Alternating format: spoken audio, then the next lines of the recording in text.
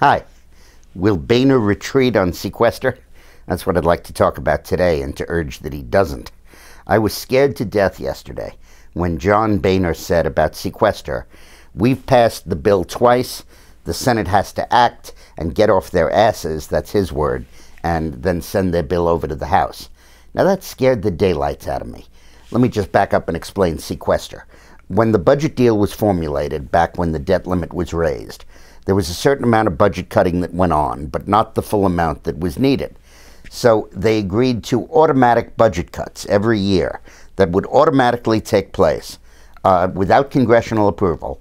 And they specified, Congress passed it, the president signed it, that half those cuts be in defense and half those cuts be in discretionary non-defense spending.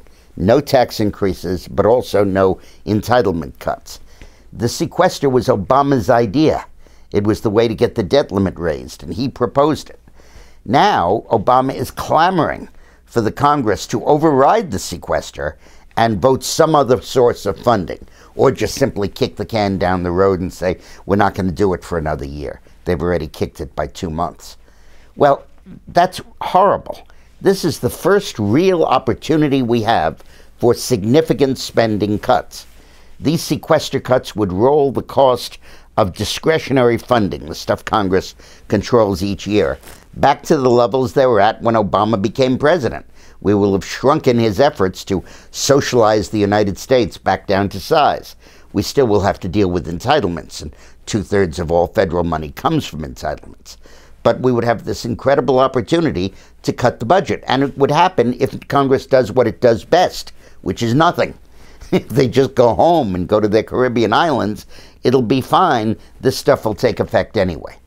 So when Boehner says it's time for the Senate to vote, what he's doing is he's telling Harry Reid, the Democratic leader, you come up with a package that includes some tax increases and a little less defense cuts and a little less cuts in domestic spending, and send it over to the House, pass it with some rhino Republicans in the Senate, and we'll pass it in the House.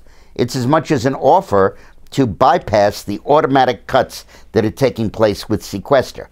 This is not time for the House to vote. This is not time for the Senate to vote. They already voted. Let these cuts happen.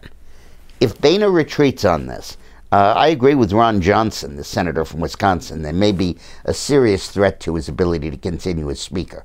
The rubber is hitting the road right now. So please, write to John Boehner and tell him that you do not want him to back down on sequester cuts. Attached to this video is a petition to that effect. Sign it, send it to Boehner, and tell him to stand firm. We got to deluge him with emails. Tomorrow is the deadline, and that's when sequester takes effect automatically, and we've got to nail him down on this one. Thanks for watching.